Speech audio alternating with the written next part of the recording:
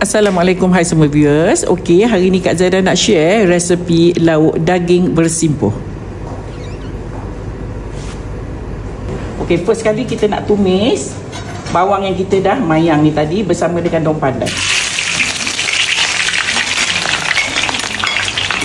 Tumis sampai dia naik bau. Okey, so sementara ni kita nak kisar. Okey, kita nak kisar bawang besar,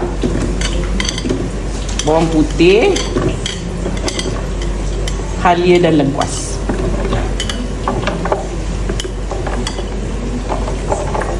Kita kisar dengan sedikit air.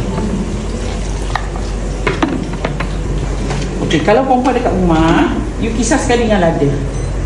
Lada kering, rendam dengan air panas ataupun rebus dan kisar sekali. Kalau Kak Zaida ni, sebab saya memang dah ada ni, saya tak perlu kisar lagi. Ya, so saya kisar asing.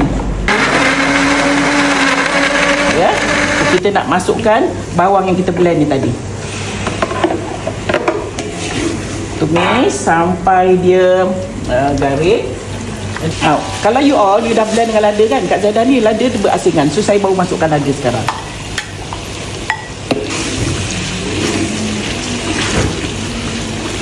Kita tumis lagi. Garing tu maksudnya masa kita menumis dia sehingga dia pecah minyak. Bila dia pecah minyak, maksudnya segala air dalam bawang ke apa ke semua dah kering. Dia dah semua jadi minyak. So minyak tu yang sedap tu. Ya. Dan dia bau pun ada kalau you tumis garing, bau ada. Kita nak masukkan rempah kari yang saya dah bancuh dengan air. Okay, kita masukkan ketumbar dan jintan. Yang ini kita tumis sebentar sampai naik bau. Lepas tu dia pekat.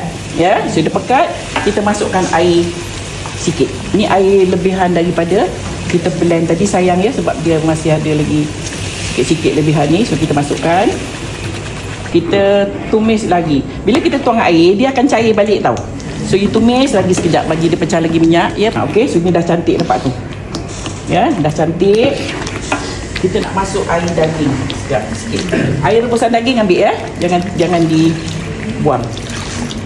Okey, kita nak masuk tomato puri. Ya.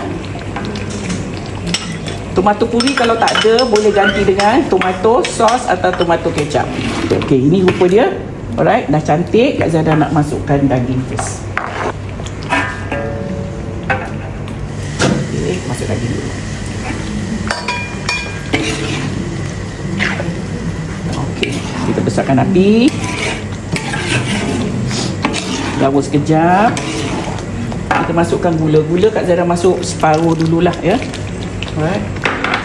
Kadang tengok juga gula yang you gunalah ya.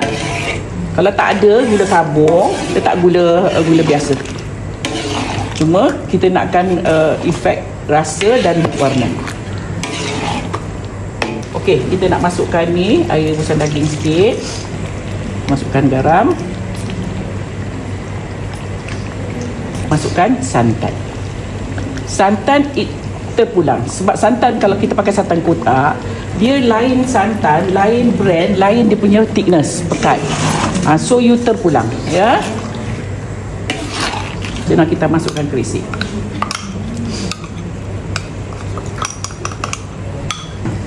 Pasal kita nakkan ada rasa kerisik. Okey. Okey, so kita tunggu lauk kita masak. Bagi dagingnya ni mesti dengan kuah ni. Okay, kita nak masukkan cili padi. This is optional. Nak letak boleh, nak bagi cantik. Tak nak letak pun tak apa. Nak pakai hijau pun boleh. Kasih saya sudu. Okey, dah masak dah. Cantik. Ini boleh tambah lagi daging sekilo lagi ni. Ya, okey. Lauk ni. Tak rebus sampai dia empuk. Lauk ni boleh cuba ya, sedap boleh. Alhamdulillah dah pun siap resipi kita hari ini, iaitu lauk daging bersimpuh buat tetamu Kak Zaidah. Untuk perempuan di luar sana, selamat mencuba.